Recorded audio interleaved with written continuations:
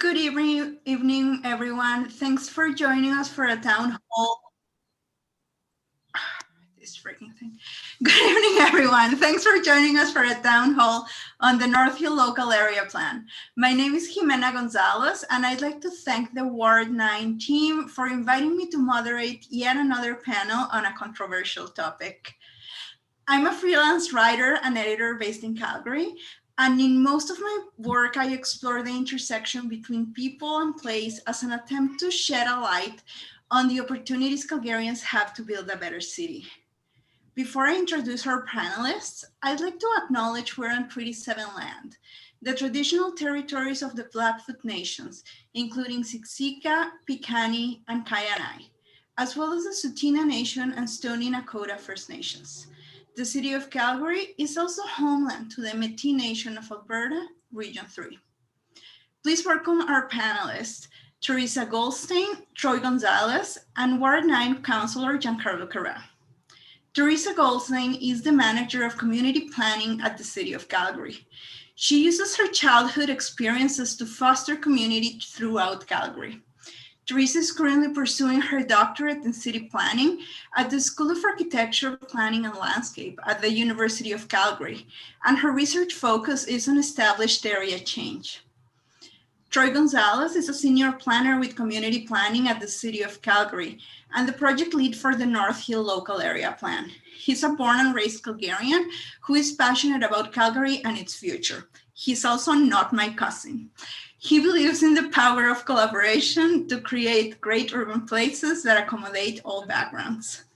And last but not least, Ward 9 Councillor Gian-Carlo, who's currently serving his third term in council and looking for another one. He believes that empowered communities drive a city to achieve success. Would you like to welcome our guest, Councillor? I'm delighted to welcome everybody. Thank you so much for joining us tonight. I understand that everyone is very interested about a particular project, and we are going to talk about that, but we're also going to talk extensively about the North Hill Community's Local Area Plan, how it's come to be, where it's at, and its connection to that other controversial thing that Jimena was just talking about, which is, of course, the Guide for Local Area Planning, formerly the Guidebook for Great Communities for Everyone. My stake in this is every election I've run successfully since starting out in 2010, I've run on a platform called Great Neighborhoods. It's based on the very simple and compelling idea that great neighborhoods make a great city. And it's a 5-point transformation I've been pursuing at City Hall for the last 10 years. Point one of Great Neighborhoods is that if that's true, if great neighborhoods make a great city, then we need to focus on their delivery rather than expecting them to be some sort of accidental or tangential outcome of some otherwise focused business as usual. And the transformation of our planning system, which is coming to land now with these very important documents, is really a result of that work. And it's a work in process, but it's also a work that's coming along in a way that I'm very pleased with. And I understand that many people on the call tonight are maybe not pleased with it. So I'm hoping we're engaging tonight in a very thoughtful and exciting and maybe spicy conversation about where it's hitting and where it's missing, what people understand, but maybe they don't understand, what I need to understand. And we're very delighted to have Teresa Goldstein, who is the sponsor of Local Area Planning, and Troy, who, as Jimena said, is really the principal author of the North Hill Community's Local Area Plan. So looking forward to this and turning it back to you, Jimena. Thanks, Councillor. I'd like to thank everyone who submitted questions in advance. I'll start by asking some general questions that will hopefully address many of your concerns. But you have any more specific questions, feel free to drop them in the comment section of your feed at any time. We'll be keeping an eye on them and we'll try to address them as they come. And we'll also have a Q&A at the end of the discussion where we can also address the questions that we didn't talk about. Just a brief refresher on the plan. and then details on when or on where we are at right now, as an updated version of the plan is to be released next week on June 1st. So go ahead, Teresa and Troy. Great. Thanks, Jimena. Just give me a second because I'm also juggling some technology here. So I'll just share my screen and I'll hopefully everybody can see that okay. I don't see any objectors. So with that, I'll jump in.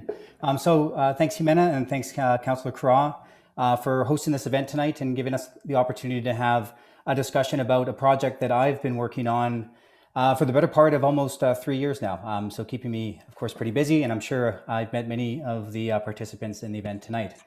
I'm just going to give a quick overview right now of the North Hill Communities Plan, just to kind of lay the foundation. I know we may have some people who don't know much about the plan and others who are very well versed in it. So just kind of an overview, so we're all kind of talking about the same thing, and we know what this thing is all about and what I've been spending my time on. So before I jump into the specifics of the North Hill Communities Plan, I just want to step back and really answer the question of why are we doing this work, and why is this work important? And so really this comes down to the process that our city and cities around the world go through. And within those cities, of course, cities are made up of communities and neighborhoods. And over time, communities change and they evolve. This slide here just shows kind of an example of that evolution over time, where when a community is first built, for the first 10 to 20 years, you can see population growing, families moving in, businesses opening, and all that sort of stuff. And as communities move through their life cycle, communities move 30, 40, and then up to 60 years in the future, you start to see population decline as families move away. We've seen a trend in Canada in particular where family sizes are getting smaller. And what this means is that once communities kind of hit that 60 plus year mark, without revitalization, neighborhoods begin to decline. And we see this all the time, in fact, in Calgary, with things like school closures in established areas, businesses closing, sorry about that. Businesses closing, as well as challenges with keeping public facilities like pools and rec centers and that sort of thing open. So it's really important that we have a conversation about what growth and change looks like, and to ensure that neighborhoods are revitalized through private redevelopment and investment, as well as public investment, so we can bring increased population and people living in these areas to support businesses and amenities to thrive in the future. And so what is a local area plan, and how does that kind of fit into this? Well, a local area plan really provides that future vision for a particular area and guides where growth and change will occur. One of the key things in terms of what we're doing with some of the work with local area planning at the city is linking, providing that framework for growth and change, but also providing direction for investment in these communities. So recognizing communities change, and these plans really, they help identify where and what that change looks like, but also things that can be done to help support communities through investment as they experience that change. So now moving gears to the North Hill Communities Plan. The North Hill Communities Plan, like I said, sets out that future vision for growth and change for 9 established and inner city communities just north of the Bow River in downtown. These communities straddle the kind of main corridors in this area of 16th Avenue North, as well as Center Street.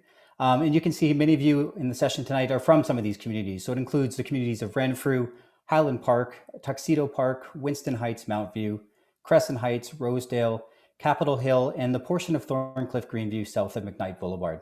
It's worth noting that we also looked at the Greenview industrial area as part of this project, as that's a really important employment area. And there's some pretty interesting things happening there currently, just organically with redevelopment. So I'll jump into just a high level summary of what this document's really about. These are the 3 kind of key chapters of the document. Chapter 1 is about visualizing growth. And this chapter is really about answering that question, what is the vision for this particular area? Chapter 2 is entitled Enabling Growth. And this is really about the question of what type of growth makes sense where, and what policies do we need to make sure we realize great developments in this area. The final kind of key chapter I'll be touching on is the supporting growth chapter, and that's about that investment piece. So what investments or moves can we make to support our communities as they experience growth and change? It's worth noting that these, through the engagement process, which I'll touch on in a second, these were really the key questions that we asked stakeholders as we went through kind of this journey in creating this local area plan. So there's a lot of text on this slide, and I'm not going to go in detail on all of it, but I want to put this up. These are some of the core ideas that are in chapter 1 of the plan. And some of the key things that I wanted to highlight here is that, the vision speaks about, the main streets. It speaks about, developing our activity centers and transit station areas with Green Line. But what this is really about is vibrant mixed-use main streets. It's about supporting businesses along those main streets, allowing people to live in proximity to them. It's about, one of the core ideas is about fostering housing that caters to different people from, different backgrounds, ages, incomes, household types. Of course, mobility options is an important aspect, particularly within the context of the Green Line LRT. I mentioned that enhancing civic facilities and parks and open space is kind of a key objective of the plan, and particularly something that's identified through that Chapter 3 work. And then the other thing I just want to touch on is this is about, through the municipal development plan, about ensuring that we have resilient communities that are resilient in the change or in the face of change. And whether that's a changing society, economy, climate, and certainly as many people today can appreciate, change is something that we've all been or has been forced upon us through the pandemic. And certainly we want to build communities that are resilient to that through time. Finally, the North Hill communities are some of the earliest or the first neighborhoods in Calgary. And so the plan really seeks to celebrate that history and the heritage in North Hill. This is just some of the stuff you'll find in the Chapter 2 of the plan, which speaks about enabling growth. And like I said, this takes that vision and those core ideas that I was just talking about and provides the kind of more specific policies to help guide growth and change. And we've broken this into some key kind of focus areas, some of them showing on this slide. This is about looking at the main streets in this particular area, and that's Centre Street North, Edmonton Trail, 16th Avenue North and 4th Street, the transit station areas around the future Green Line LRT, activity centers primarily along kind of 20th Avenue, and then, like I mentioned, recognizing the importance of Greenview Industrial. Heritage is something that we've heard a lot about through our discussions and a lot of the discussions we had in developing this plan. And to date, really, and I think many people, this resonates with many people, is we haven't really had the right planning tools to ensure that we're getting development that really respects heritage in areas where we have these concentrations of character homes, or what we term heritage assets. And so one of the key things this plan does is it introduces one of the first kind of planning tools that we think we're really excited about, and we think will help create more kind of contextual development and help protect and really celebrate some of the heritage areas in the North Hill communities. The map on the right-hand side of this slide just shows some of the areas where we've identified concentrations of character homes and areas where we're going to go and do some specific heritage guideline work to develop the tailored guidelines that fit in these particular areas. Finally, the Chapter 3 supporting growth. Like I said, this is about identifying some of those big moves, some of the things that we can do to invest in communities. This is just an example of some of those that you will find in the plan. We've identified a total of 11 of these big moves, and we're actually actioning some of these as we go. And these are intended, they came out of stakeholder discussion as we developed the plan, but they're also important because these are intended to be updated as projects are completed, as we do additional work in these communities. We understand, if there's changes that are happening, this list would be updated, and we include new items of things that we could do, or we could do with partners, or perhaps other organizations such as business improvement areas could look at to help support communities through growth and change. So I just want to touch briefly now on kind of the journey that I'd mentioned, the kind of the engagement process that we went through to get to where we are today. Before finalizing with kind of our current state, which is phase 4. So engagement on this project started in the fall of 2018. So that's almost 3 years ago, and it's actually almost exactly 3 years ago when we started having initial conversations with kind of key stakeholders in these communities, including the community associations. And so the project took a multi-phase approach. It was an iterative approach to engagement where we started broad with some of those kind of larger discussions around vision and that sort of thing. And as we moved through the various phases, we got more specific and into the more of the details that you now find kind of represented in the policies and the content in the plan. And right now we are in phase 4, which is realize. And this is really where we've arrived with a proposed plan, and we're in the process of making refinements to that for council's consideration. So these are just some examples of the things that we did for engagement. I won't go into detail here. We took a variety of different engagement strategies, and really the key message here is we wanted to target a diversity of stakeholders through a variety of different means. And so that included things like mail outs to raise awareness about the plan. We took out newspaper ads and had information available in English, as well as some of the more commonly spoken foreign languages in this area, including Cantonese, Mandarin, and Spanish. We had, of course, social media information available, and then some of the more traditional engagement strategies like open houses and providing bold signs and that sort of thing. So jumping in, like I said, to this phase 4, we are now in kind of the realize phase of this project. As many of you are aware, this project has moved along kind of concurrently with what Councillor Carra had mentioned, the Guidebook for Great Communities, which is now known as the Guide for Local Area Planning. And so in January, February of this year, we presented both the North Hill Communities Plan as well as the Guidebook to the Planning and Urban Development Committee, which is a committee of council, who reviewed that document, as well as a number of kind of public submissions on both of them. We then held a public hearing in March on the Guidebook as well as the North Hill Communities Plan. That was a well-attended public hearing, and certainly if you were following that, either directly involved or watching it in the news, I think it may have been one of the longest we've had in recent memory. So a lot of feedback provided through that, which resulted in council making some direction for the Guidebook to go back to the Planning and Urban Development Committee with some amendments. North Hill, for its part, we went to council again on April 12th, where we received in response to some of that feedback at the public hearing, some very specific direction to incorporate guide policies as required, as well as include updates to address some council directed amendments. And we're in the process of working on that with the intent to return to council on June 21st. Finally, just to tie this into the guide, that went back, like I mentioned, to the Planning and Urban Development Committee. And there were a number of amendments that were proposed as part of that. Ultimately, committee considered the guide for local area planning and then accepted it for information only, and which included these 62 amendments. And so that's the document now that we've been working with to update the North Hill Plan and incorporate some of those policies. I'll just speak high level here of some of the things, like I said, we're working on, and I've alluded to some of this stuff, is based on public feedback. We were directed to incorporate those guide policies. We were working on amendments to better recognize the history and the evolution and characteristics of these of the communities in the North Hill. We also got direction to look at building scale on specific cross avenues and connector streets, so areas outside of the area's main streets, and reduce that scale. The other 2 points are updates to improve the tree canopy policies in recognition of the tree canopy in this area, as well as some broader work to look at private trees kind of across the city. And then finally, updates to look at mobility. So that included an update to 2 maps, our pedestrian corridor and our cycling network map, which really identify areas for enhanced investment in those types of modes of transportation. And tied to that were the identification of 2 particular projects, primarily in Renfrew, the Regal Crescent and Unite the Heights, which are aimed at improving connectivity kind of across this plan area with other destinations beyond.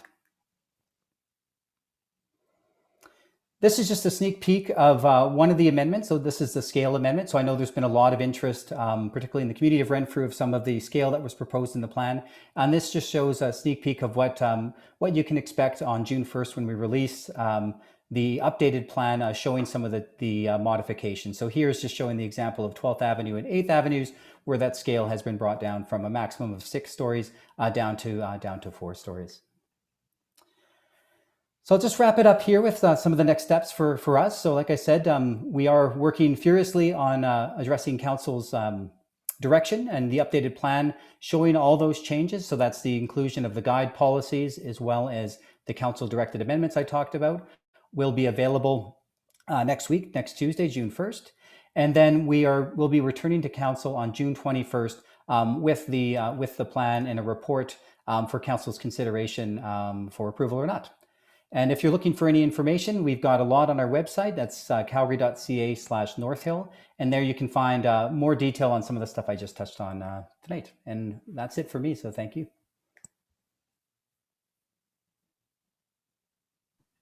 Thanks, Troy. This was very helpful, and I hope everybody got caught up to speed. One of the first questions I would like to ask is, you already touched on it a little bit, but are there any like substantial changes that that might affect this plan coming from the guidebook that's no longer a guidebook? Like, will it change anything like big time? Yeah, so I mean, that's a great question. So one of the interesting things with the North Hill Communities Plan is, as we developed this plan, we were working very closely with the guidebook team, so the folks behind the guidebook, or what's known as the Guide for Local Area Planning now. And so one of the benefits of that is there was an iterative process as the guide was developing, so their urban form categories, for example, and the content in that. We were working on our plan in conjunction with that. So the short answer to your question is no, there won't be any major changes as part of that incorporation. In fact, a lot of it is kind of a cut and paste exercise where we've taken sections of relevant policy from the guide and brought those right over into the North Hill plan. One of the things that there may be, which we're working on, is the single detached policies. So we're looking at areas where that would apply and kind of generally just mapping out with the intent of doing some future work and engagement with those affected stakeholders. But by and large, it's mostly bringing those policies over, and the overall intent of the document remains what it was as presented to Council previously. Jimena, I just wanted to add just a really quick note that, cities, Edmonton is undergoing something very similar to us, where they're, working on modernizing the planning system so that, when we look at our plans right now, we have about 270 plus plans in the city.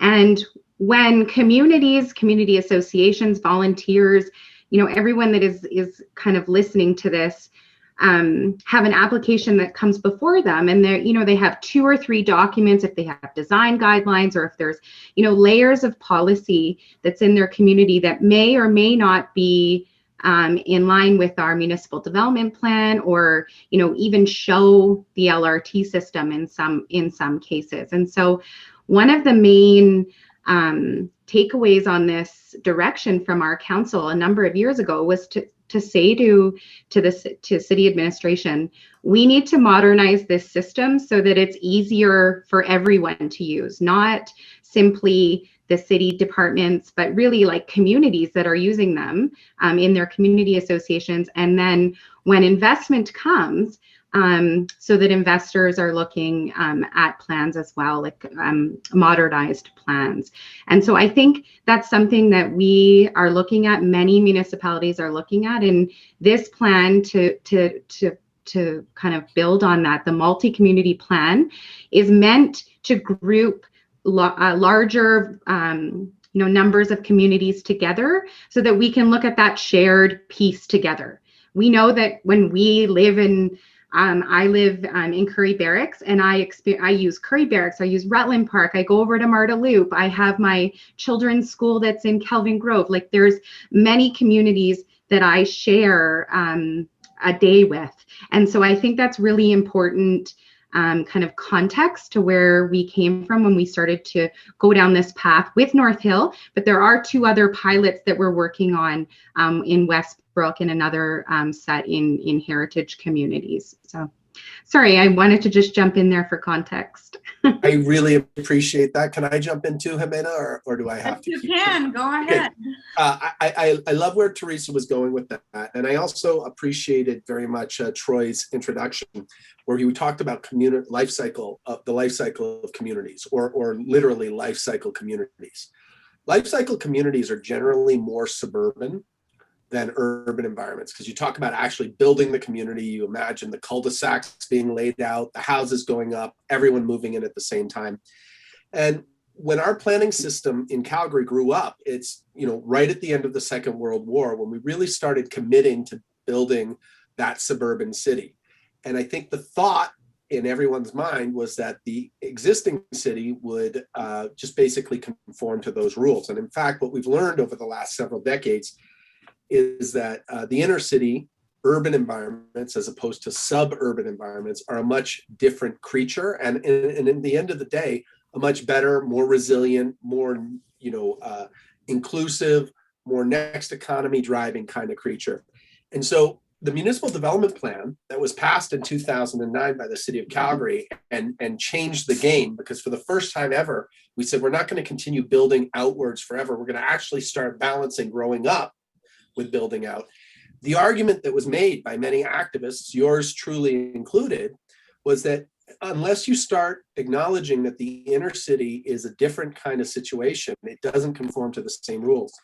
The MDP talks about complete communities, which is the other side of the coin from the life cycle community. And a complete community is one where there's always enough people to keep the schools filled. There's always a mix of housing and jobs. There's different housing opportunities for people of different ages, stages, wages, and backgrounds. And we have to start planning for those things as well. And we have to get off that treadmill of, the schools being packed and then the schools being empty every 60 years. And we have to build communities that can sustain themselves over time. And Teresa, as Teresa said, we move to a multi-community approach because it's unfair to expect any one community to become fully complete on its own. But it's absolutely fair to have a grouping of communities that are working together be all things to all people. And one of the emerging ideas at the cutting edge of urban design right now and city planning is the idea of the 15-minute city. And these multi-community groupings that we're designing the city around are really that 15-minute city. Turn it over to you, Amanda. Thanks, everyone. I would like to ask about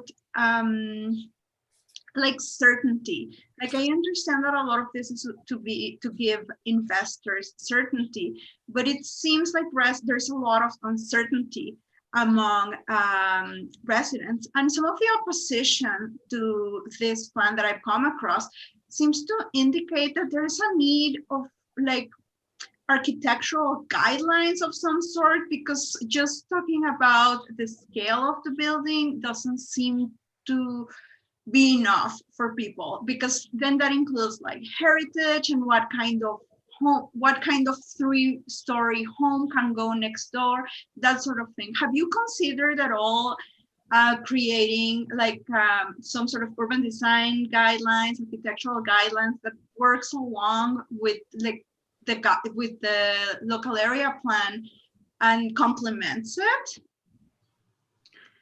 Yeah, so that's sorry. Yeah, by all means, the 2 TGs are we're always like this. Apologies.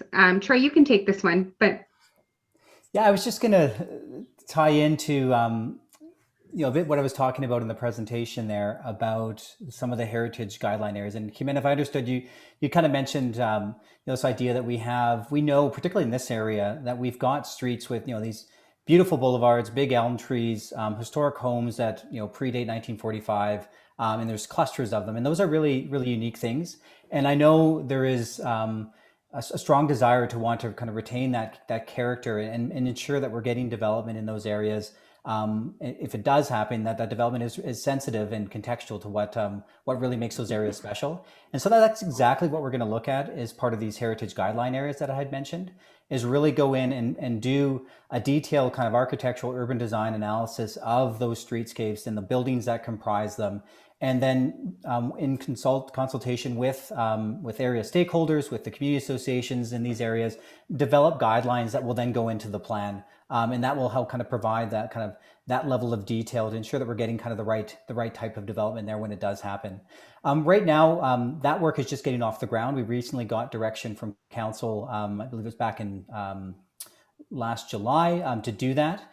We've identified them right now in this plan. And right now what we're saying essentially is, in these areas, we're discouraging upzoning. So discouraging zonings to land uses that are more intense until we've had an opportunity to really go and do that work and put those guidelines into place.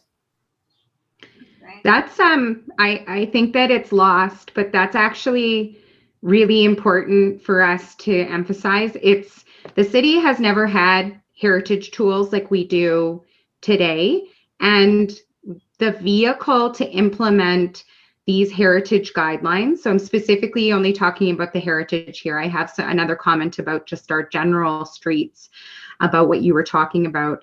But when we think about heritage, and that came up a lot in the last couple of public, like the public hearing and the times at Planning and Urban Development Committee, the vehicle to hold heritage guideline work is the local area plan.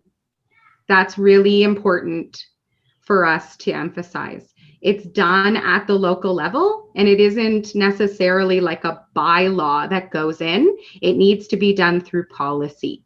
And so that's something that we've never had before as a tool, and our council has said, yes, go and do this work, which we are extremely thrilled about. I'm sorry, I'm getting a little bit of a delay. You sounded fine to me, Teresa. I'm going to jump in here, Jimena, if that's okay. Definitely. And I just want to offer sort of just slightly a bigger picture take on the answer to that question. And that is that the guidebook was really about, the guide for local area planning was how do we take that municipal development plan, which is 11 years old now, and operationalize it? Because there are a lot of good ideas there, but how does the rubber hit the road? And that's what the guide does. The guide empowers a system of local area planning, and North Hill is really the first one of these plans to come out of the gate. It's the pilot, but we're going to basically spend the next 10 plus years putting local area plans over every multi-community district or every multi-community area of the city. And at the end of the day, we're going to have a very clear idea of what every part of the city is going to be as it grows up over time. Then we're going to be able to have a very apples to apples conversation about the third point of transforming planning, which is investing in growth and change. For years, we used to take our tax dollars out of the existing city. We used to subsidize growth on the edge, and we built a city that cost us more and more and made less and less dollars and cents. And the decision to grow up was a financial decision as much as it was about changing the economy, about as much as it was about being smarter about the environment. And so that's really the third part of this. And then the fourth part of it, which gets back to answering that question, is that we have a land use bylaw, which is what the power of the city to tell people what they can do with their private land. We have our planning policy, which is our aspirations for what we want our city to become. And for decades, those two things have never connected with each other. And so really the fourth part of transforming planning, creating that level of certainty, is taking what we say we're allowed to do on the land and what we'd like the land to become and wending them together. And our current land use bylaw was really about looking backwards. It was about managing risk, and it was about amalgamating things. So if we love this house and this house and this house, and they're similar, we put them together into one land use envelope. And what we got was a land use envelope that resembled none of those three things, but one new thing. And that's what you sort of see. And the opportunity to have that conversation about creating greater certainty with regard to built form really comes out of the next stage of the process, which is the land use bylaw. And we won't get there unless we go through this local area planning work. Okay, yeah, so it sounds like it's like a necessary pain in a way. We need to go through this in order to get somewhere. I think another concern that popped up for me when I was going through the letters and stuff is that community members are a little bit worried that because of the larger scale of the plan, including several communities, the individual character of each community might be lost. Can you speak to that, Teresa? Yeah, of course. We heard that. And so I will say that when you start off on a new planning system, like the first time we did a land use bylaw looks much different than the land use bylaw we use today.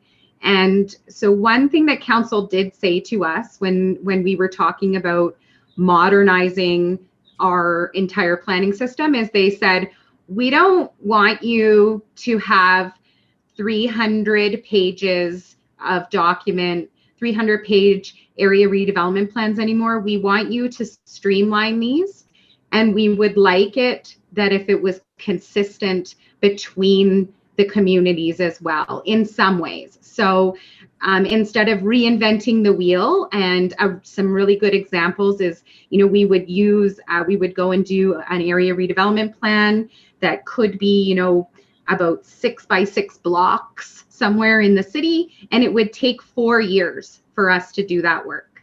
And the community were very frustrated.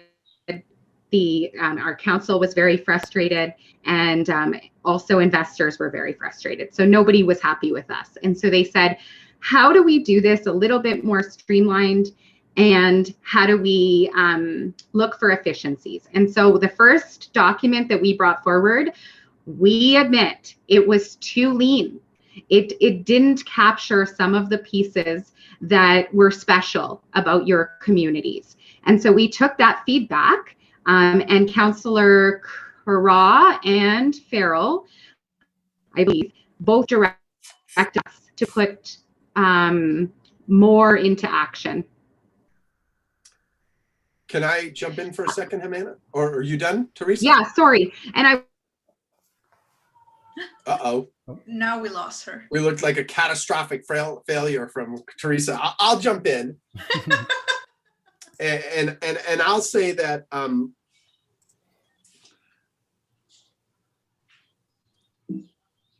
sorry, I just totally lost my train of thought as I was looking at Teresa Goldstein there. Can you prompt me with the question again, please, Amanda? I lost my train of thought too. Okay. It was helping preserve the unique character of individual. Okay. Yeah, I'm back. I apologize. Yeah. This is a challenge of planning, right? Because everything has to be right-sized. And part of the dream of this multi-community district is not only do you have a local area plan that sort of looks after it, but you also have investment, and you also have a dedicated team of civil servants. And, we have 200 plus communities in the city of Calgary. We can't keep 200 plans evergreen, and you can't expect every one of those communities to become complete. So really the trade-off is, in order to become complete, in order to better serve unique parts of the city with dedicated teams that become experts and advocates for that part of the city and allow us to have the big city capacity, but the local sort of character and the local knowledge and everything, we had to right size that. At the same time that we're agglomerating everybody into multi-community districts, we also want to celebrate the local character. And that's one of the critiques I have of the North Hill Communities Local Area Plan, is that we don't have that neighborhood structure, because we know that Renfrew, for example, in Ward 9, was not just Renfrew, it was also Regal Crescent, it was also Beaumont. It was a bunch of unique areas that sort of all got mashed together into Renfrew, and we forgot about those old things. And as we're talking about bringing growth into a community, the same way I think we should think big and we should think about the current module, we should also think fine-grained. And so one of the things I'm going to be constantly driving as we mature this local area planning exercise is to really bring those neighborhood units in. And as we have those neighborhood units, why does this street get busier than that street? Well, actually, that street is not just a street through the middle of Renfrew. It's a street that define two different areas that we lost track of. And this is our ability to bring those out and celebrate the uniqueness. So as we agglomerate, we also have to get more fine-grained. And we're getting there. And I will note that with the North Hill Communities Local Area Plan, and I know this was a question that was floating out there, the question is, when does Bridgeland get into it? Because absolutely Bridgeland belongs in this plan. And Bridgeland, of course, is Bridgeland and Riverside, which we didn't lose that distinction between those two communities that came together on the main street of First Avenue. My hope is that when we amalgamate Bridgeland into the North Hill Communities Local Area Plan, we will also make updating changes to the plan that bring that neighborhood character into sharper focus. Yeah, and if I could just jump in, Councillor Carr, I think that's a really good point. I know Teresa was sort of getting at this in terms of the lean plan. And Council, you and your colleagues on council actually directed us to take a closer look at that. So it is something that's certainly on our radar. Like I had mentioned, some of that heritage stuff we're going to go work on. Coupled in part with that is also some direction from council to go look a bit more specifically at the communities. And I mean, just thinking out loud in terms of, I mean, I don't want to presuppose what that looks like, but this idea of really drilling down into the individual communities, talking about those those elements that a good case of Renfrew, right? The historic neighborhoods that are there, but also the neighborhoods that were part of kind of the post-war era, and how that kind of all forms that part of that larger community. Certainly it's something that's on our radar and something will become forthcoming with some of those updates, likely, it's per council direction with the heritage guideline work. Thanks, everyone. Another concern that came about due to like the size of the local area plan and including several communities is that some communities are more welcoming to density than others. And if if it's like all of them together and then one neighborhood gets more density, will this neighborhood see the benefits in terms of investment in infrastructure and other amenities? Like, will that specific neighborhood benefit as well, or will they just be getting density and somebody else gets the nice park? How is that going to work? Can I just start off, because that is sort of a political question, and then I'll leave it to the planning experts to talk from a planning perspective. But one of the things that council has consistently said is no density without amenity. And this is really about getting back to changing how we grow the city. I will say again, for decades, we sucked tax dollars out of these areas. We did not reinvest in them, and we subsidized the city that made less and less dollars and cents. And now we're bringing those tax dollars home.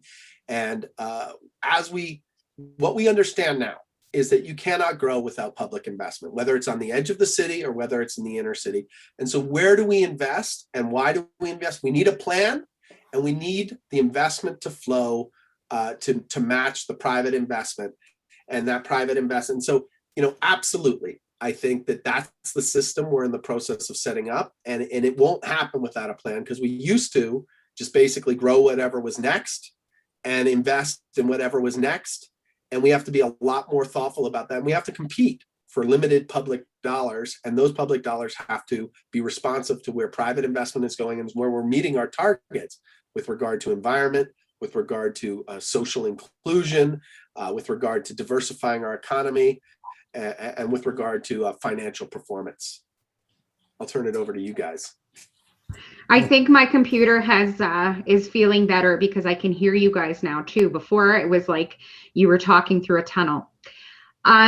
So one thing that the city has really worked on is pairing investment from our side, from planning side, with this additional growth. And I mean, I think those stars have lined up in some way for the North Hill plan, because the pilot for utilizing the new established area tools and investment tools is being used through these communities. And that is, we are looking at a tax uplift program where that tax uplift proportion is reinvested directly into the community. So instead of going into a big pot, as Councillor Carra was saying, this is dollars that are generated inside this community that are reinvested inside these communities.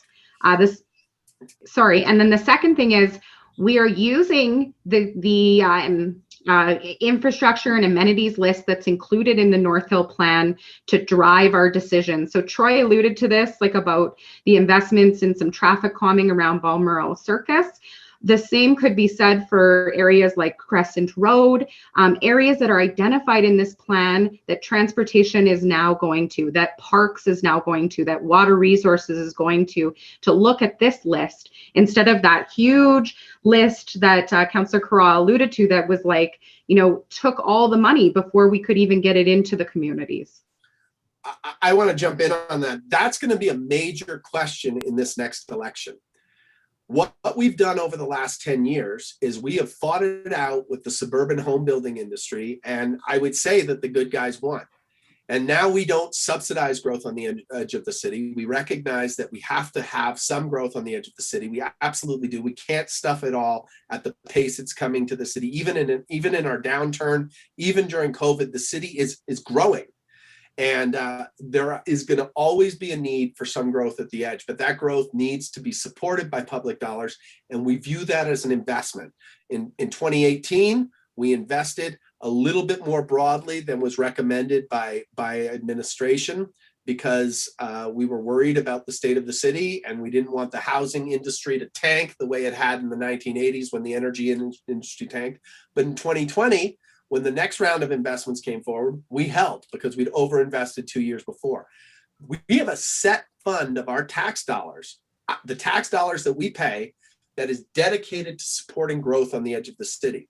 The money that we have for supporting investment in the North Hill Communities Local Area Plan is not a dedicated fund. It's one time. It's a chunk of change in the bank, and when it runs out, it's over. And what we have to make sure is, the same way we have a dedicated year-over-year fund to support growth on the edge, that we have that established by council for the established areas, so that when this one-time money runs out, it's there year over year to continue reinvesting in the areas that make more dollars and cents, and that are driving the diversification of our economy, and are being better for the environment, and all of those good things. So make sure, whether you support me as your city councilor or whether you support someone else, that they are committed to making sure that we have dedicated money coming to support this growth. Otherwise, that dream of no density without amenity will go out the window, and we'll be back to business as usual. Troy, do you have anything to add?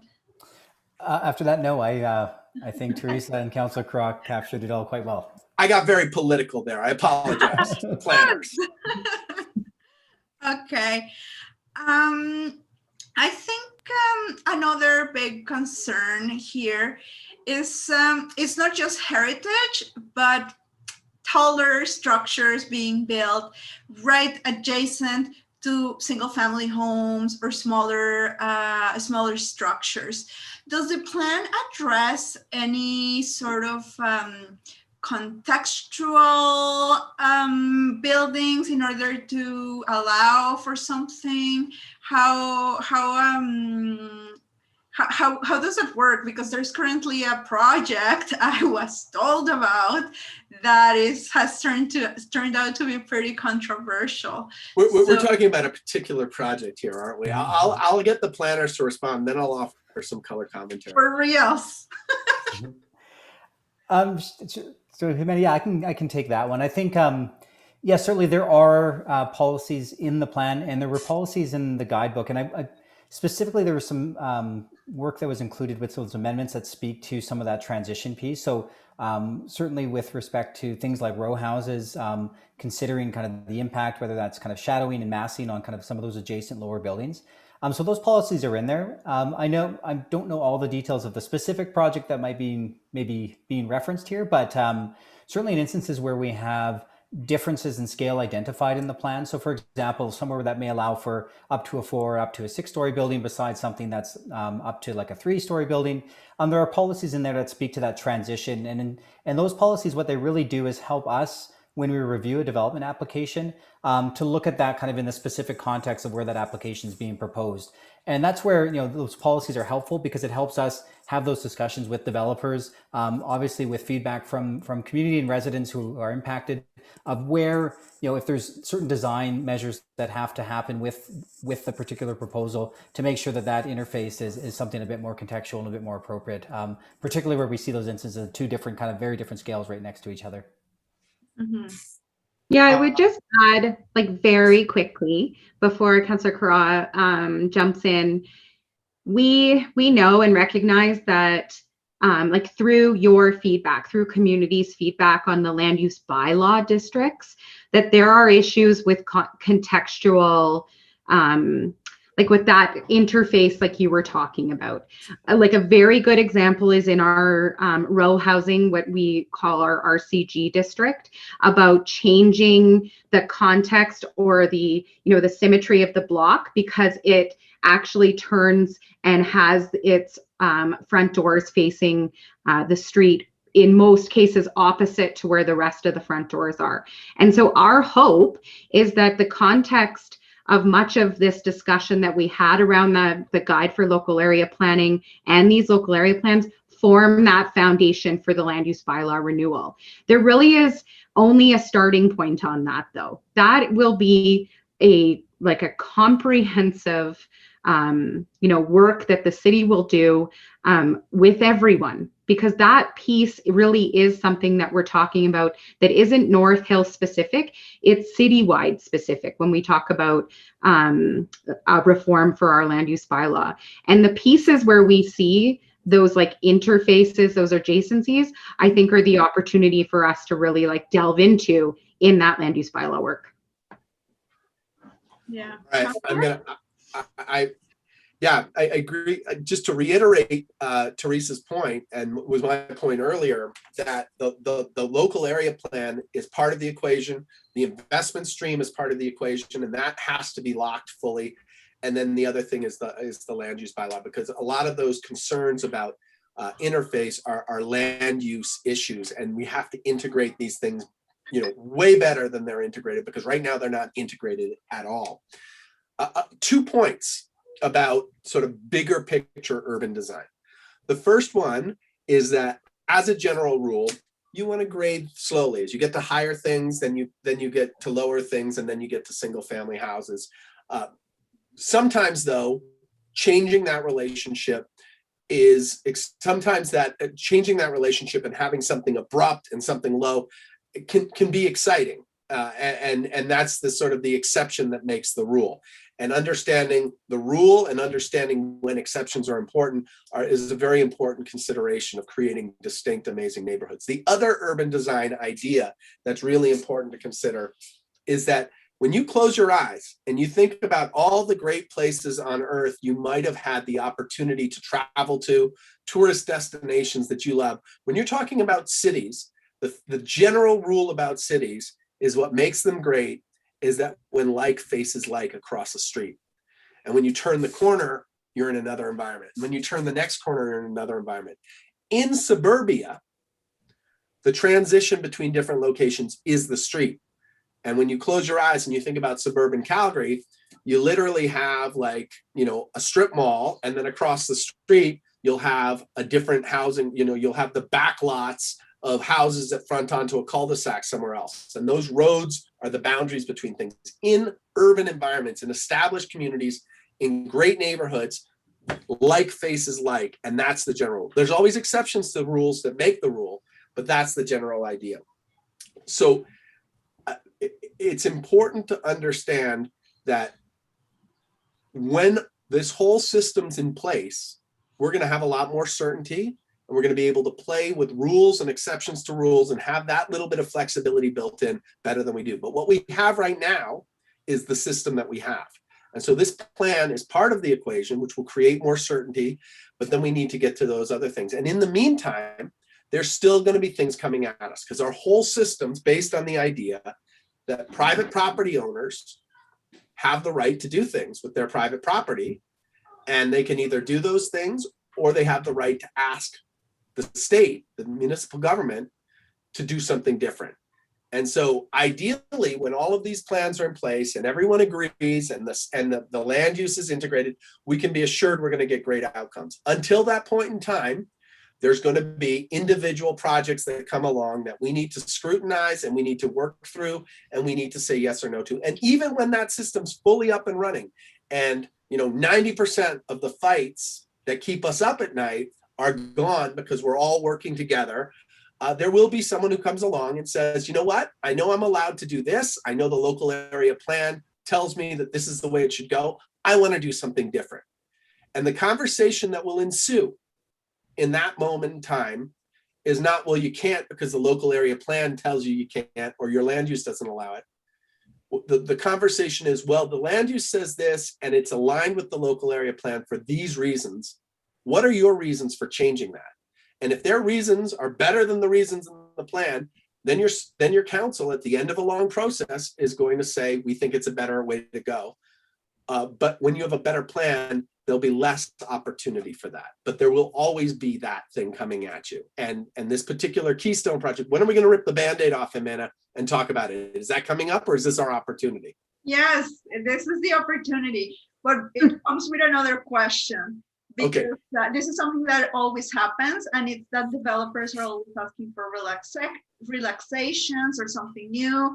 So this would be like a very good example of things are remaining the same. Or what will change? Can you talk about the site of the United Church and what's going on? I've got a lot to say. I'll defer to the planners if they want to jump in first. Well, I think, well, first of all, it's in early days. They've only applied for a pre-application at this point, and we've encouraged them to do like some major engagement with the communities. We have asked that they go away and do some work with you, community members, on this. But what we've also asked for is we want to understand what their development intent is here. So I've seen the materials that they posted on, I think it's on their website, or at least the stuff that's been circulating. It shows a box. It shows a conceptual box that they are permitted under the land use bylaw, or that they're applying for under the land use bylaw to build within. We look at that box as something as just a box. That isn't the buildable area that we would contemplate. We would think about those adjacencies. That earlier conversation about that interface, we would think about what they're planning on doing with the site itself. Like, what's the programming? What's their outcome? Are they integrating the church that's there into the building? Like, what are all of the kind of like future aspirations of this? And so on that, the city is for sure feeling like we're just at the very beginning of something, and have let them know very clearly in their pre-application that our expectations are much more detail on what they're anticipating for the site, and much more engagement on them to do engagement with the community on their vision for the site. So that, I think that's where I will leave it, because it is really like early days for them, but the councillor can add in from his perspective. I've got a lot to say, and I'm trying to sort of organize how I want to say it. The first thing is, I think it's important that everyone understands the current system that we have. The current system is you've got a piece of land, and you're a private entity, and you can either do on that land what the land use says you can do, or you can apply to do something different. And these guys are applying to do something different than their current land use. When you apply for doing something different, the policy in the area comes into effect. Right now, Renfrew doesn't have an ARP, so it defaults to the general ideas of the municipal government of the municipal development plan, that 2009 document I was talking about. I'm very happy that finally the Ward 9 community of Renfrew is going to be it's going to get a local area plan. That was one of the things I set out to do. But when you come in and say, I want to do this I want to change the land use so I can do something different on my land, that's the first step of the process. The next step of the process is I want to build a building. And that building has to conform to the land use, how big it can be, how wide, the mix of uses, all of those things that exist within the land use district and that are influenced by the sensitivity. And one of the things as a community activist and as an urban design consultant, I hate about our current planning system is that you engage the community about land use and it goes to your city council and we don't know what the building's going to look like. All the things that we care about. How does it interface? How does it actually meet the ground? What does the streetscape look like? What is the connection to the next door property? That's not really addressed in a generic land use. And that's the thing that people care about. And that's their opportunity to talk to city council. The next phase, the development permit phase, is when all of that gets worked out. And you don't have the satisfaction as communities of going to your city council and getting involved in that. That's more of an administrative process, more of a technical planning process that's overseen by the city. Communities can absolutely weigh in.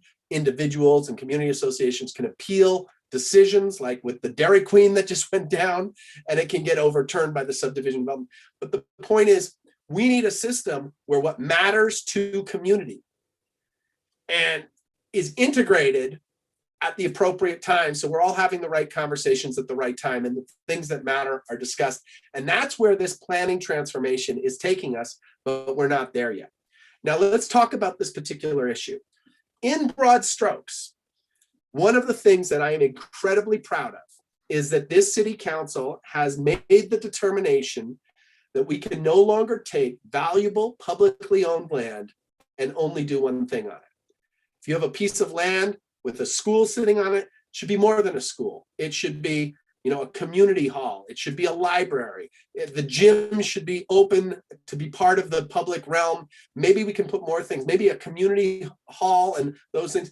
These are an evolving idea that as we have important and valuable publicly owned land, we can't just do one thing on it. We can't just have a fire hall. We have to have seniors housing above it. We can't just have a parkade downtown. It also has to be an innovation center for our tech ecosystem.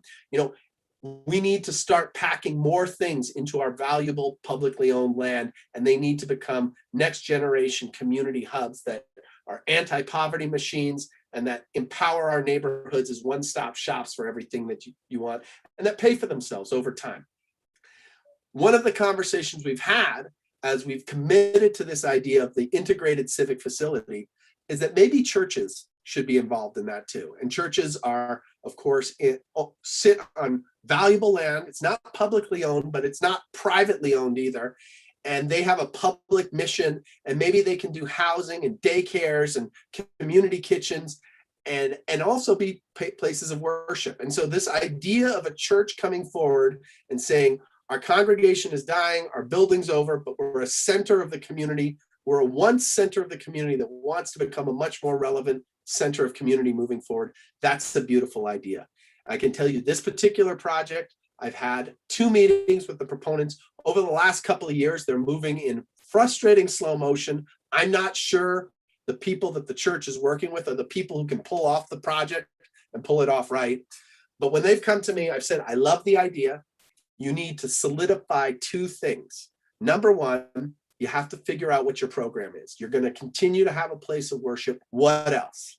How is that going to work? Sell me on becoming that, multifaceted community hub. Get your program locked down. Number 2, you have to build a building that works, not just for that multi-program you're talking about, but also works with the community. And what I told them is that unique site is really 4-sided. You don't have an alleyway. You don't have a transition into the single family house right next to you. So your building has to do an incredible job and an unbelievably thoughtful job of integrating with the different kind of housing stock right next to it. Number 2, you have to face the street well. You have to face the street well, and you have to face the park well, and maybe take that dusty alley that is your boundary with the park space and do something more intelligent with that. I told them, you also have to do 2 things as you consider those 2 things. Number 1, you have to meaningfully engage the community. And number 2, because the community cares about the details and not the amorphous box, you have to bring those 2 processes together. And that's another thing that council has done over the last couple of years, is that we've created a process where the land use matters in terms of what you can build, but the details matter even more to community. Used to be you would do the land use, it would take a couple of years, then you do the development permit. Now you can do them together, and doing them together is a boon to the developer because they have shortened timelines, and in development time is money, and it's a boon to the community because all the things that the community cares about are handled. I will lastly say that we went through a very similar process with a United Church down in Ogden. They came forward with a 5-story building on a park. It was affordable housing. It was a community kitchen. It was a worship space. It was a coffee shop and a daycare, and affordable housing for for families. And they brought those two processes at the same time. So not only were they talking about the program and what they'd legally be allowed to do on the land, but they were actually talking about how the building would look and how it would fit into the community. And these guys aren't doing that work. And to me, that's not accessible. That's not acceptable. Oh, back to you, Jimena.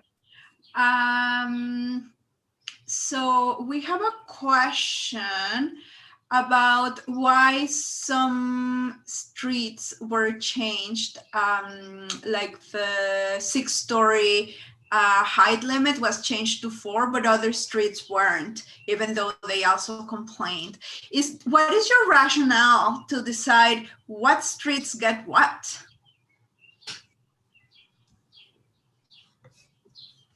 Troy, do you want to take that one or do you want me to? Can we put the map up so we know what we're talking about? Yeah, sure. Yeah.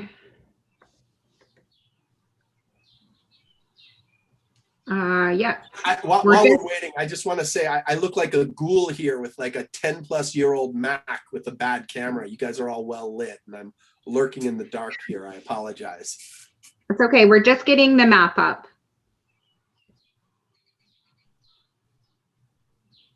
But Troy, you could probably start. There you go. There you go. But maybe go back to this only, well, I guess this has the portion that they're talking about, but there are more neighborhood connectors than this in the plan area. Yeah, but this is the this is the Renfrew area, and this is a Ward 9 meeting. So let's talk about Renfrew. Yeah, and I realized I was on mute there, so you saw my lips moving and me fumbling around my computer. My apologies. Patience. Here is the map. I think that kind of situates us a bit in terms of that question of that council directed change to drop scale on certain cross avenues. And this is looking specifically at a portion of Crescent Heights and Renfrew. So this was, like I mentioned, direction from council. And in particular, in response to some of the feedback that was that came out of the public hearing from residents in some of these areas. I just want to step back maybe and provide a bit of context in terms of, I think I saw in the question there was a question about 13th Avenue. So I don't know if you can see my little cursor here. The stuff that's right in front of the Renfrew Aquatic Center and sports fields, Colonel McLeod School in this area. So one of the things, and I just want to take you back a bit to those core ideas that I had talked about at the beginning for the North Hill plan. And one of those core ideas, like I mentioned, was about it. It speaks to, I think, a little bit what Therese was talking about. We want to enhance and ensure that we are using our facilities in this area in an efficient way. And a lot of that is we had discussions through this planning process, and particularly a lot of the work we did with the North Hill Communities Working Group, who were the ones, we did Lego exercises, mass out stuff, and we had some of these discussions of how can we best support some of those facilities in the area. And a lot of what you see, not just here in Renfrew, but other areas. Did everybody freeze? Am I here alone? No. No. Can you hear me? We can hear you. Yes. All good. Okay. One of the ideas was locating opportunities for additional housing around some of those green spaces and those open spaces. And so that was part of the rationale of why you see that allowance for the potential for up to 6 around Renfrew Aquatic Center. It's also something that you see around some of the other open spaces and parks in this planning area, and really about framing those parks and providing additional opportunities for people to live in and around them. Yeah, I think just like building on that, we did look at the adjacencies to 16th Avenue, if we're looking at this map in particular, and thought about the future and the interface with 16th Avenue to the north. And so that's probably why some of these areas remained at that original scale of up to 6. The other thing that we're being very conscientious of is we have lots of areas in our city where today they have like the entitlement, like they have the land use and policy support to go up to this 4-story. And we don't see that very often We really don't. We see it predominantly around the intersections where we may see that, like along 20th. You're starting to see more intensification, that kind of 3 to 4 story.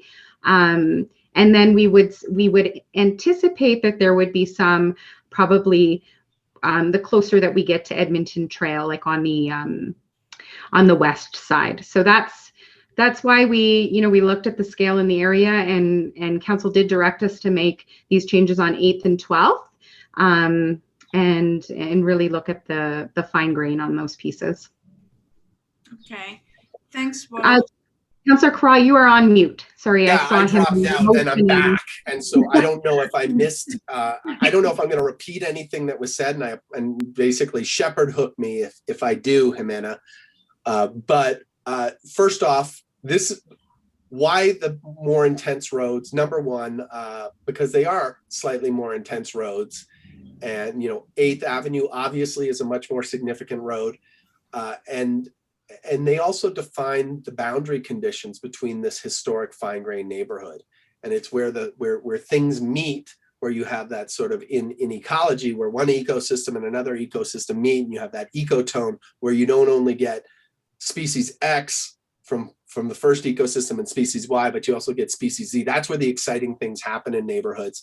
And also single family homes on increasingly busy, single detached homes on increasingly busy roads are generally not very successful, and more intense building forms are able to handle higher traffic streets and create, more exciting places. So that's part of it. The other thing is, where does the density go?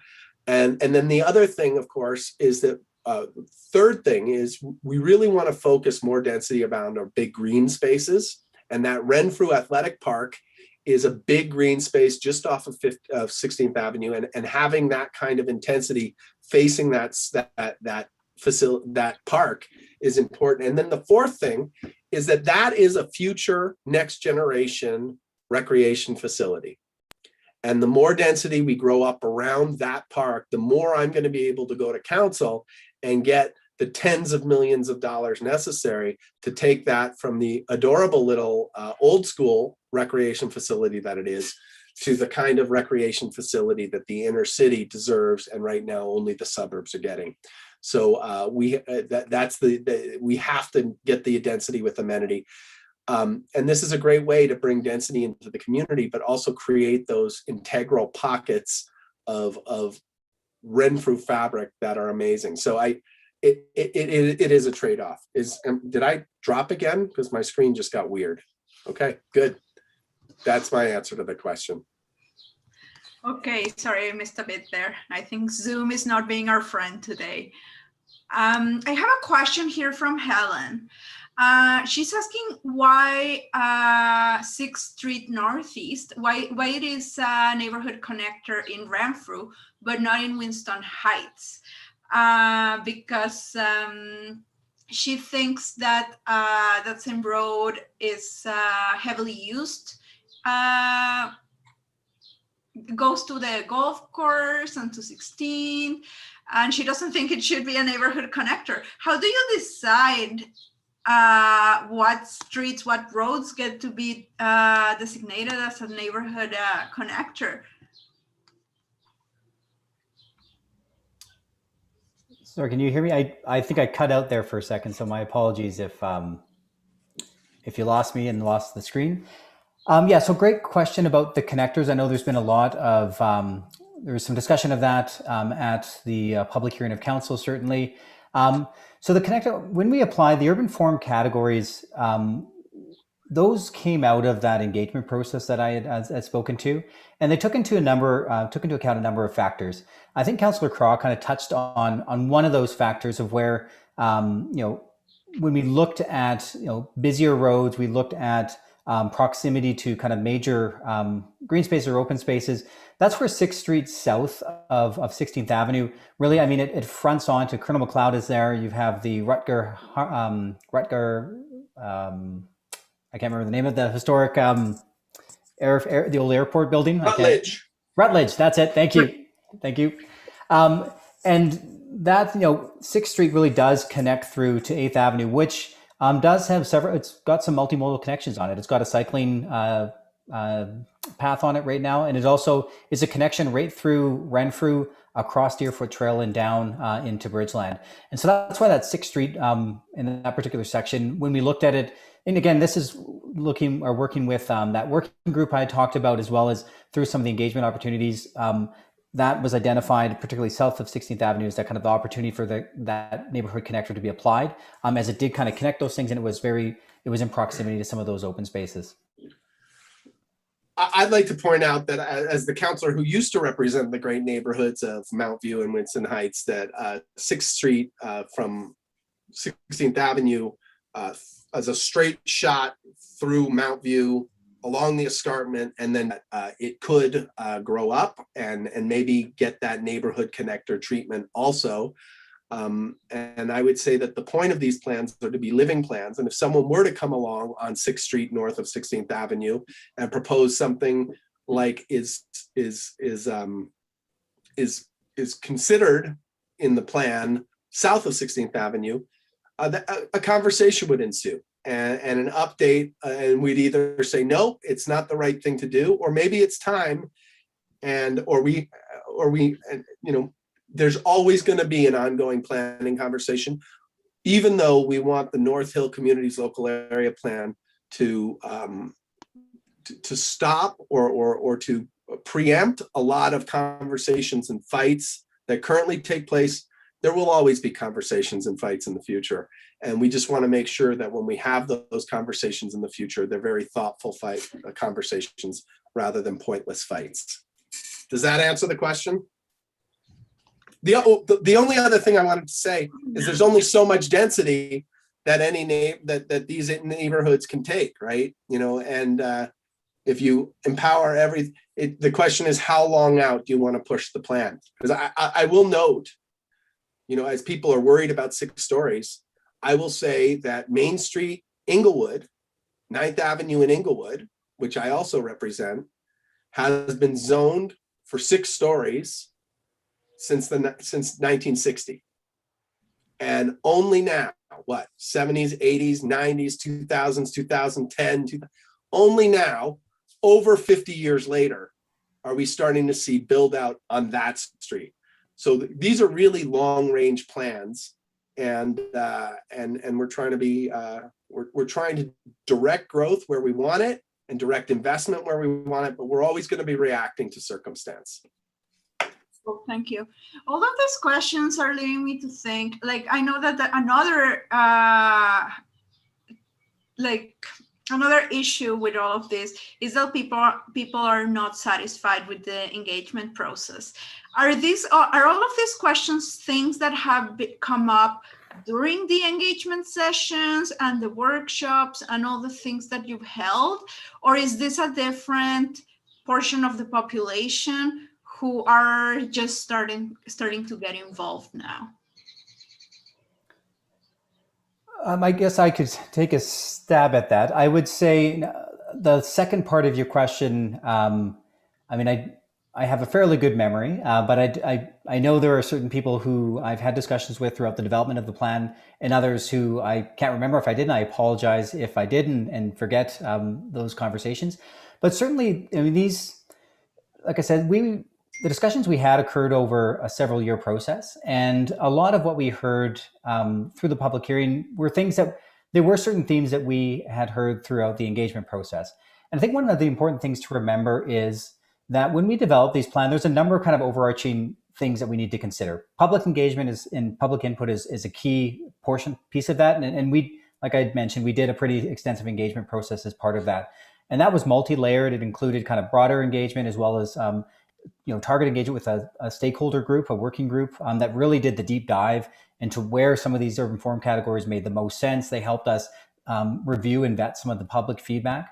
But some of the other things that go into these plans are some of the overarching policies that we're bound to and that council has approved. And those things include, probably the biggest one is the municipal development plan. And that's the one that talks about, we hear a lot, these numbers about the 50-50 split in terms of getting development to happen in the established areas versus the greenfield.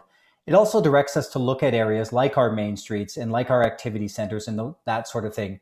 The municipal development plan doesn't have the benefit of going really drilling into the neighborhood level. And that's why when we go out and do these plans, we have to, look at a number of factors, including that public engagement piece, to kind of really figure out where all that stuff makes sense. So I'll say that certainly we've heard some of the comments. We've considered a lot of these comments. There's some new stuff, and I think that's reflected in some of the direction that we got from council in terms of the amendments they look to see.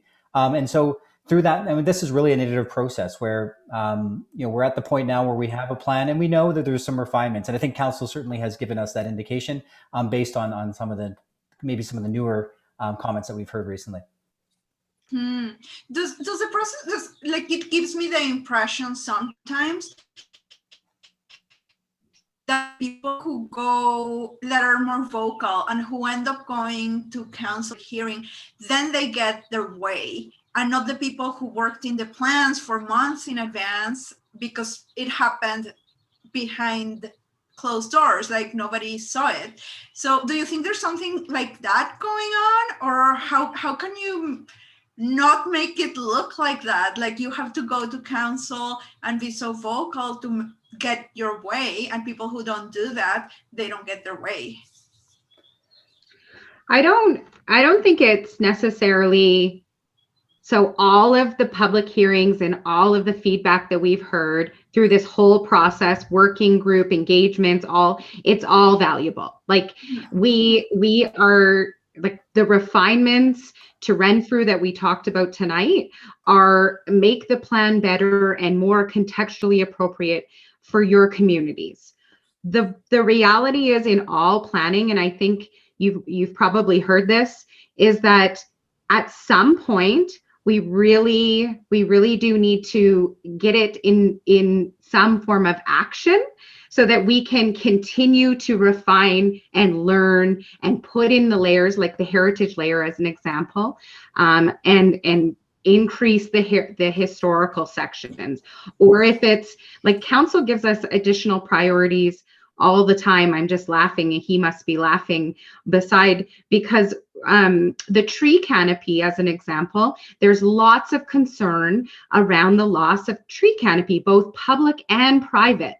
And one of the lines in the sand that the city just really doesn't have authority over is the tree on your front lawn. That's your tree.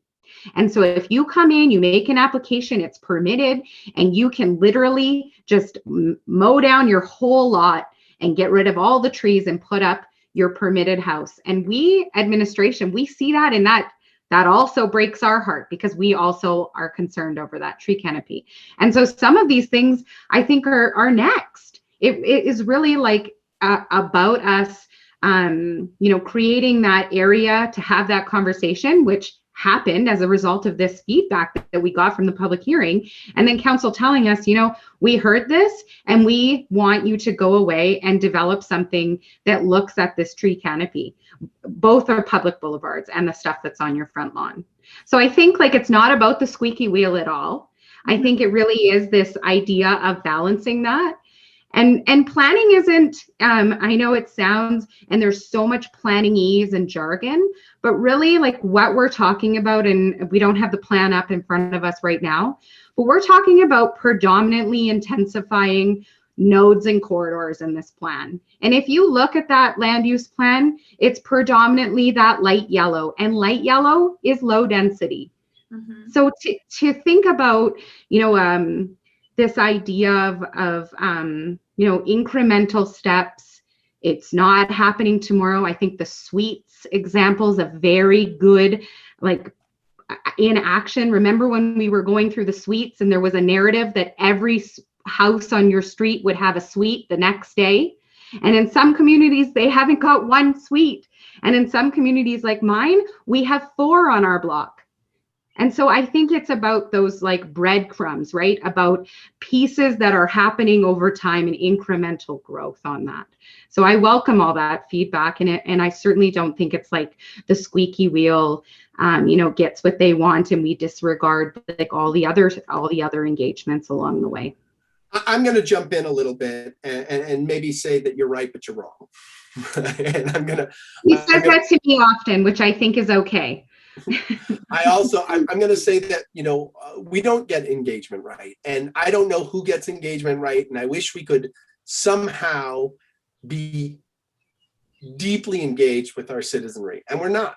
And, every time I will talk about things in newsletters, I will push things out to my mailing list. I will talk to every single person I meet on the street till my wife and my son's eyes roll up into the back of their heads and say, shut up already and start talking about something other than work. It's all I talk about all the time. And I still only get to a very small number of people. And that's a challenge. And I will tell you that the Great Neighborhoods platform is about really superpowering not just how we plan our city, but how we create local governance and local lines of communication and local service delivery, and how we take city staff who are, bureaucrats living in cubicles and actually bring them into the local level so that the general services that a city offer can be catered to the particular needs of individual communities. So that's a big picture transformation that I'm committed to and getting underway. Right now, we're not there yet. Number two, though, is that, when you have a bunch of neighbors who spend a lot of time deeply thinking about the issues and they come up with plans, what I find through public engagement, and I did 10 years of public engagement all over North America on development propositions, and I always said, I flew in, I'd start with an angry mob, and 5 to 7 days later, if I'd done my job right, we were having a big hug it out session, even though they probably wanted to murder me at the beginning of the process. I think the thing is that when you engage people and you talk about the disinterested public good, what is generally the right thing to do, most members of the public will agree, whether it's this group or that group or whatever. It's when it comes down to a particular change that particularly affects you, that's when people start to get their hackles up. And our planning system really has to do a better job of differentiating between who's an interested party and who's not. I just got off the phone with a mom with kids in Inglewood because Inglewood's getting a pump track because I've been advocating for recreation dollars in a particular place. And we have a windfall from the province trying to spend money and put Albertans to work this summer. And we got a pump track in Inglewood and huge amounts of the neighborhood are pumped. The person who lives right across the street, not pumped, not happy about it. And they literally said to me, I want a pump track in Inglewood. I just don't want it across from my house. Put it somewhere else. And, and that's part of the problem that we face is you have to ask yourself, and the planning system has to differentiate between people who are interested and who are not. And the last thing I'm going to say is that we don't do that as well as we should. And we don't draw those lines either as a city or as citizens. There's a difference between a citizen and a stakeholder. And then the final thing is that Jimena is unfortunately absolutely right. And study after study shows that the people who have time and money and opportunity are the people who come out and represent their interests in public forums a lot more often than the general population who maybe need the things like the pump tracks that the person across the street doesn't want to cross from their house.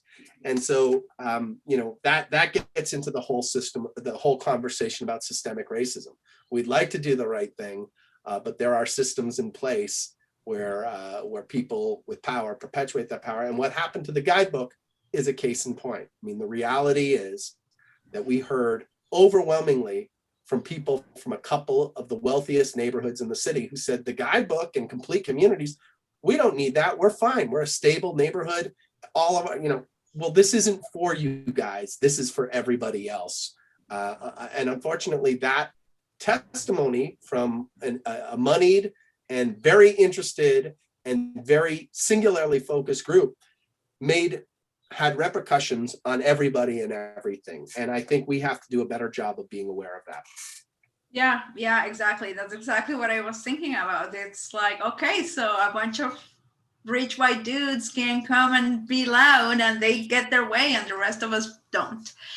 Anyway, let's change a little bit the tone of the conversation.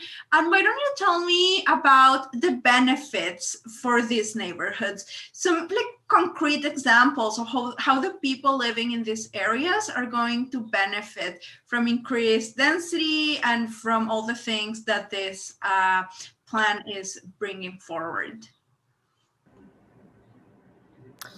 Troy, we can tag team that. Yeah, you And want to? I'll do color commentary mop-up.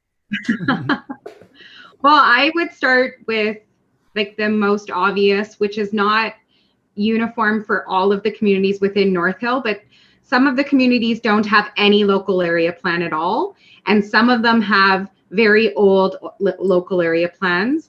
And it's difficult, you know, to get applications in, to look at either no local area plan and default to the MDP, to make decisions, especially in big applications that really do need local and site-specific consideration. So that's I think like one of the main benefits is really like updating the policies to really direct growth into those areas, you know, that are either already invested in or planning on being, and then creating policy in areas that right now we don't have any, and it is ad hoc when it comes in, depending on what the application is. Trey, do you want to continue with that?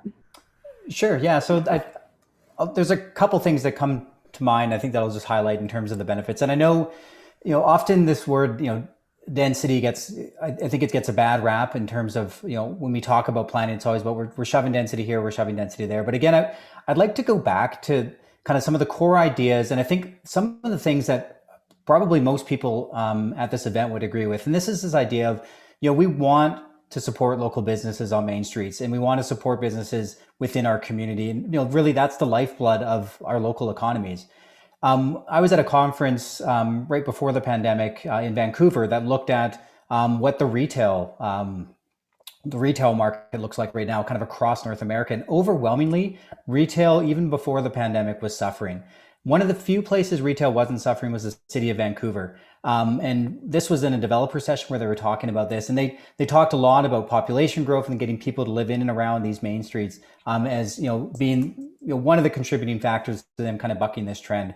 And so I think, you know, when we talk about the vibrancy on main streets and supporting those businesses, you need people to do that. We need to have a thoughtful conversation of where's the best places for those people to go. And it can't all be people living on top of a coffee shop on Edmonton Trail or a restaurant on Center Street.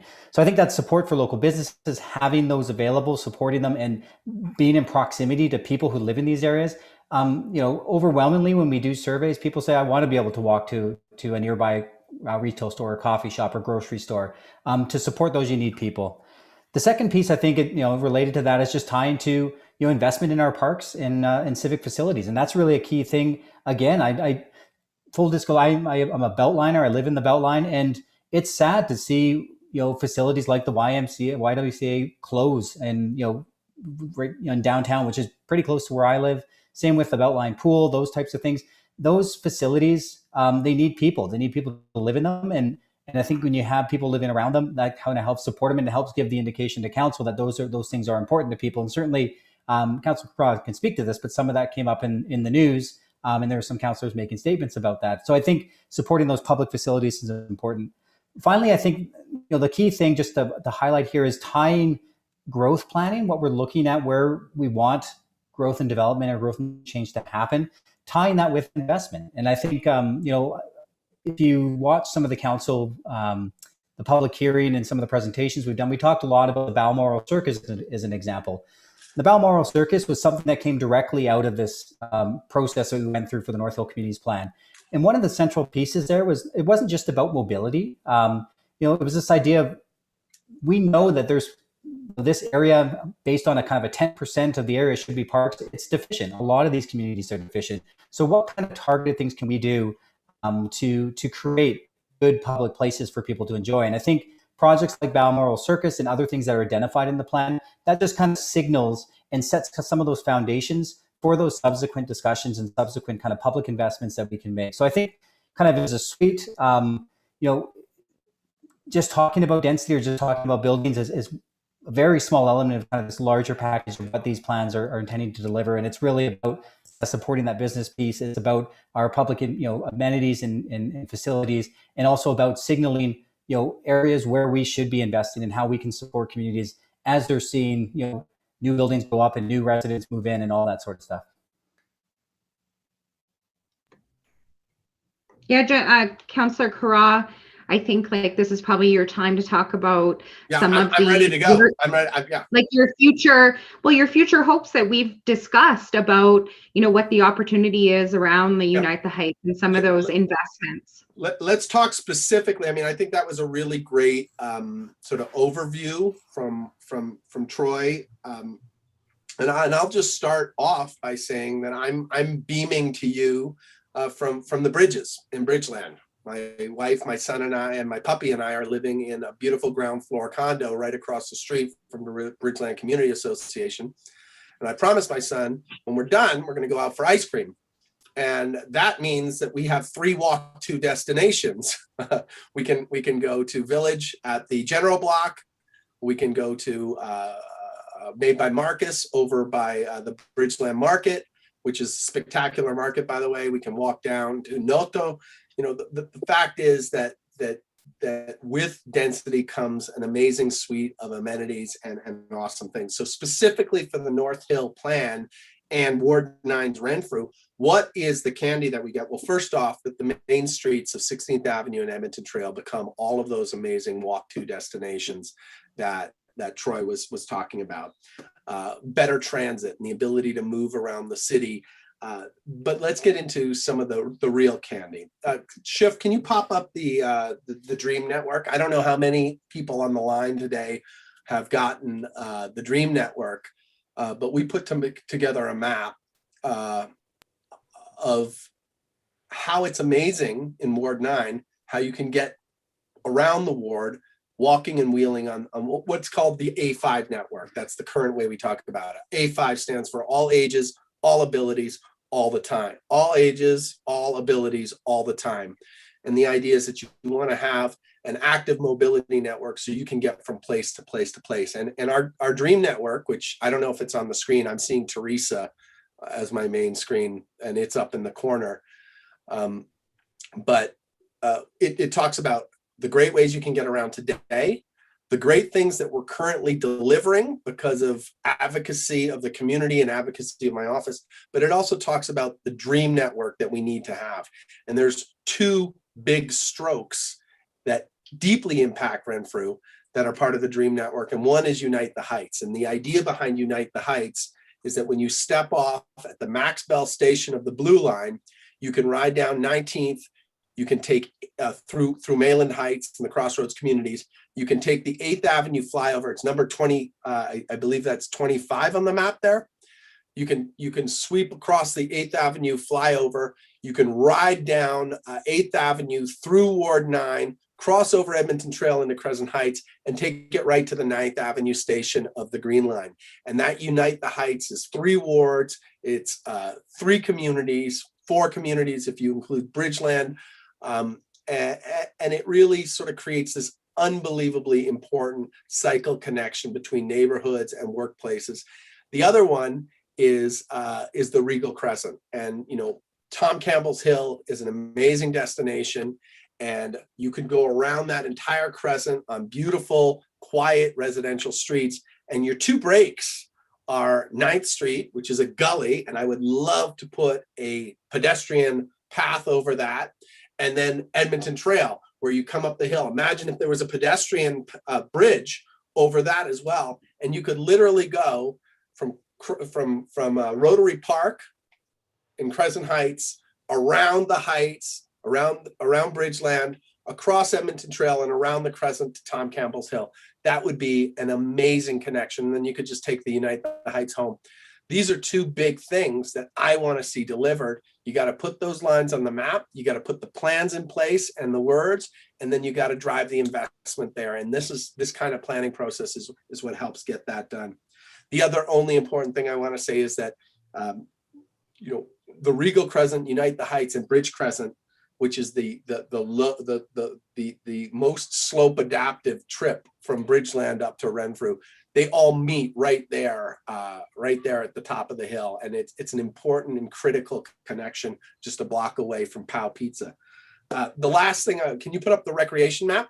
This map is out. We're just about to launch the next map, and the next map talks about all the ways that you can recreate in Ward 9. And if you look up there, there's a big orange key pointing down, and we just got $45 million of funding to revamp the Repsol Center, at Lindsay Park, from not just an elite performance training facility, but also into a family leisure center combined. And the next $45 million tranche I want to see delivered is to the Renfrew Aquatic Center, to turn it into that next generation full family leisure center. We're only going to get there by adopting this plan and supporting the density that'll give us the neighbors to make those things happen. On top of that, there's all kinds of dispersed candy. I don't know if you've seen the plans for Balmoral Circus, but we've got Beaumont Circus. We've got a conversation about a pump track and or a mountain bike skills course down in the Nose Creek Valley for Renfrew. There are so many more things we want to do. We need to get those things embedded in the plan. We need to get the investment flowing, and we need to see the private investment keeping up with that so that we can realize not just the amazing neighborhood we live in today, but all, the amazing things that we can transform into. Does that answer the question? No, but thank you. I didn't answer the question. What was the question then? I wanted benefits, like other benefits. Yes, that's part of it, but whatever. Actually, I have a question. You want a more reduced carbon loading of the atmosphere, a diversifying economy, a better tax value. More socially inclusive environment. Those are the great neighborhood mantras. I was talking about specific physical pieces of candy. Yes, totally. I have a question here from the audience. Shayla and Reed ask, will the local area plan make housing more affordable, including ownership? Yeah, I think that's a great question. We get that asked a lot, actually. It's actually asked both ways. People ask us, are you going to, by doing this, are you going to devalue our land? And others say, by doing this, are you going to create more opportunity for affordability in this area? And in my previous life, I did look after the city's housing. And so I'm deeply interested and invested in affordable housing in this city. And the number one provider for affordable housing in our city and housing that is affordable is diversity of housing choice. And I'll tell you right now, my family, we're in the process, we're a multi-generational family. We're in the process of building a new home to have some accessibility considerations, and finding a rental in our community, in any of the adjacent communities, was very difficult, and affordable rental at that. And having to go to communities that have more diverse housing choice allowed us the ability to fulfill that need. And so I really, I know I'm talking philosophically here, but providing more homes that are different, including townhomes, including smaller single family homes. I know that sounds crazy, but actually having, a laneway home and a smaller single family home on a single lot, having a duplex that looks like a single family home from the front and is separated inside, which was a very common form where I grew up in Hamilton, Ontario. Having those abilities really impact affordability. And so I think when we think about your question, does it provide the framework for more affordability? I would conclusively say yes.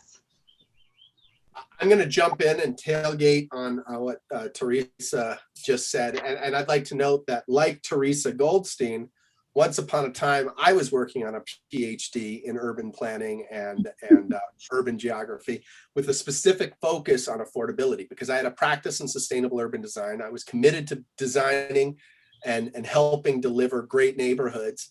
And what we found consistently was that as you created beautiful neighborhoods that were supposed to be mixed use, mixed income, you get the mix of uses, but they would not be mixed income because you get a bidding war, because if it was a beautiful neighborhood, more and more people wanted to live there. So as Teresa said, the single biggest thing affecting housing price is scarcity.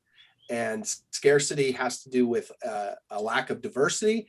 It has to do with long, protracted timelines for getting approvals. And it has to do with,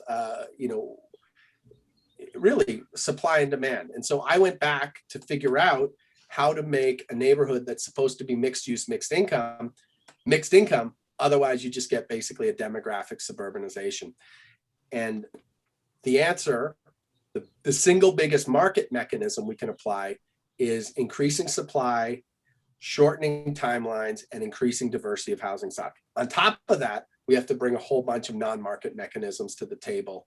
Attainable housing, purpose-built, affordable rental, affordable housing, social housing, and every neighborhood has to have its fair share and mix of those things, potentially over the schools or the community halls or the churches, which become next generation integrated civic facilities, offering a suite of services that the neighborhood, and particularly the clientele living upstairs, the neighbors living upstairs, might particularly need.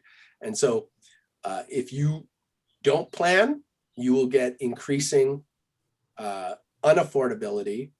If you do plan, you're going to hit a sweet spot where you get that rising tide that lifts all boats and is inclusive and maintains a broad mix to support everybody. And that's what a great community for everyone is all about. And that's the dream of this transforming planning system. Good, thank you. That actually answered my question. Well, I'm a politician. I'm not supposed to actually answer your question. Now I feel like I failed. Yeah. Jimena? Yes, go ahead. Yeah, I just wanted to add too that there is like an approved green line that does flow very close to Ward 9. And in those areas around the Green Line station, the city had looked and done an extensive analysis on that social return on investment. And so saying, when the Green Line comes in and there is displacement of our more affordable rents, what are we going to do? And we have extensive information and work that we're doing to make sure that there is affordable housing that also returns in those areas, as well as a more constant, just as a sidebar, that there is an expectation, of somewhere between 10-15% of the density that happens in those station areas would go to that, affordable, purpose-built rental, providing that diversity of housing mix that I just talked about. Thank you. Sorry, I just wanted to add that because we haven't really talked about the Green Line that much, and I need to make a plug for it. It's just a Unite the Heights bike ride away from Renfrew. True. Teresa and Troy care about the entire North Hill plan, and I do too, but my heart is in Renfrew. Okay, I think we've reached out, covered all of our questions, most of them at least, and I think it's time to wrap up. Would you like to start giving a final message to our audience tonight, Teresa? Sure. I think one of the pieces that makes me very excited about this, and this is something that is hard. It talks about that certainty piece that we discussed earlier on. But when we undertake new planning work, the reality is, if you think about your life, the first time you go skating, or the first time when you start a new job, the first time you do a task, it's always something that you're trying to do the best that you can. And we are open to that feedback and that piece. And that's why the work that we've been doing and all of these opportunities over the last year specifically on getting that feedback are welcomed by us. And we know this is not the end either. So we know that there is work that we will continue to do on the heritage. We know that there's work on the tree canopy. we know that there's additional work we want to do with the communities on the historical piece as well. And so the neighborhood fabric, the fine-grained neighborhood fabric, Teresa. And that's what I mean when I'm talking about the historical and that finer grain piece that comes out. And I know I said here, I mean heritage. There is work that has to be done. It doesn't mean that the North Hill Communities Local Area Plan is not fit to continue forward. It actually gives the opportunity for us to continue refining it and to ensure that in practice and in use, that these are the things that continue to need to be refined. So I think that's what I'll leave it there. But that is why we encounter these 3 pilot projects and why we called them pilot. Just like when we closed lanes on Memorial Drive, we weren't sure how that was going to go. But was it amazing? Yes. It's the same thing for this. Good. Troy, your turn. Yeah, well, I don't have much. Teresa encapsulated it also eloquently and much more so than I could ever do. But I would just reiterate, this conversation, like I said, is we've been at this for a couple of years, but this is by no means the end of the conversation. And I think, as this moves forward, we have identified areas like Teresa had identified where we're going to go and have further conversations. And even just to dive in a bit to some of the stuff Councillor Carra was talking about, like some of these bigger moves, when we look at these plans, like from the 30,000 feet kind of view, we can call them out, we can plant the seeds for those types of things. But really when we actually get on the ground and do that work, there's a lot of opportunity for people to get involved, and that conversation just continues. So I think certainly for folks here tonight, I know there's been some concerns raised, but there's also, my message is the conversation will continue, and we do want to hear from you. And certainly as some of these other kind of elements roll out with the plan, that we want you to be involved in those conversations. And I think that input is going to be great in terms of building upon kind of this foundation that we're trying to get in place here with the North Hill Communities Plan.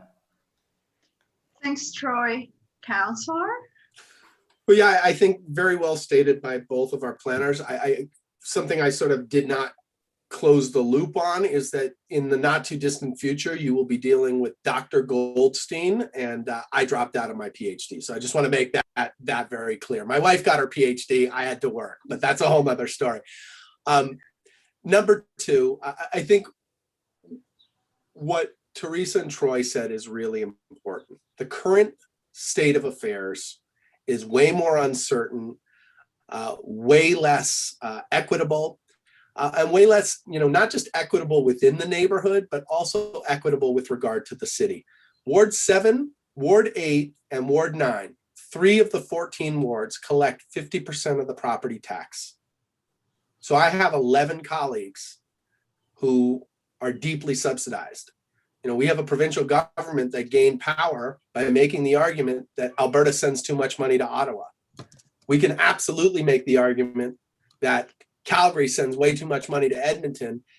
And we can also make the argument that Ward 7, 8, and 9 send way too much money to the rest of Calgary.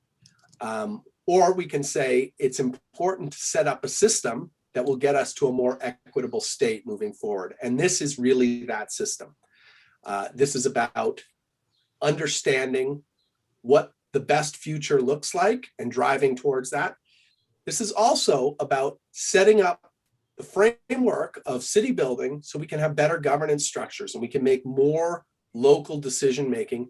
My dream is that you have, as the North Hill Communities, a Troy Gonzalez who's part of your multi-community governance structure, and he's working for these neighborhoods. And if there's a competition in the city of Calgary, it's not between the roads department and the parks department and transit for funding. It's between different parts of the city as they try to make themselves the absolute best places to live in one of the best cities in the world. And so I think that that's a much healthier competition. And this is the system that's before us is much better than the current state. And the system it's going to is going to be spectacular. And we have to get there together.